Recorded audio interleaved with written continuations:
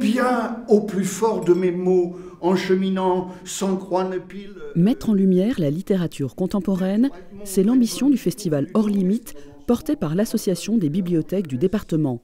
Pour sa 10e édition, du 16 au 31 mars, le festival propose plus de 120 événements. Rencontres d'auteurs, performances, concerts littéraires, ateliers ou encore projections.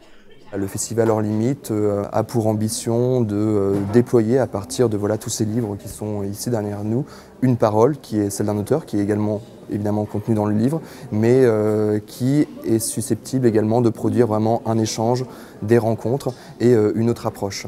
Donc voilà, il y a cette forme que propose le festival, la forme des rencontres littéraires, mais il y a également tout ce qui a rapport à des formes hybrides, transversales, qui sont le fruit de collaboration entre des auteurs et d'autres artistes, des acteurs, des musiciens ou des auteurs qui proposent des formes, on va dire, performatives de leurs textes en proposant des spectacles, des choses qui sont plus du côté d'un rapport un petit peu mise en scène en fait, de leur production écrite.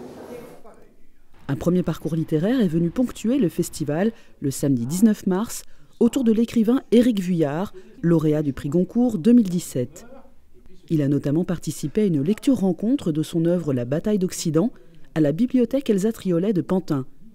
Puis à la bibliothèque homonyme de Bobigny, le comédien Jacques Bonafé s'est fait le porte-voix des grands auteurs classiques qui ont inspiré l'écrivain. L'idée de ces parcours qui sont proposés dans le cadre du Festival Hors Limites, c'est une idée toute simple, c'est d'abord d'amener les gens à se déplacer d'une ville à une autre. Souvent les gens restent sur leur ville et là c'est de découvrir l'ensemble de la Seine-Saint-Denis.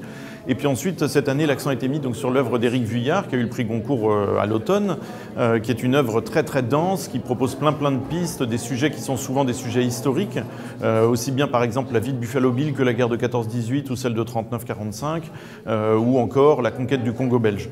On l'entend dans les explications d'Éric Vuillard, c'est quelqu'un qui est très militant, qui a des convictions politiques très fortes. Et donc c'est très intéressant, à partir de ces exemples historiques, de pouvoir mieux comprendre le présent dans lequel nous sommes.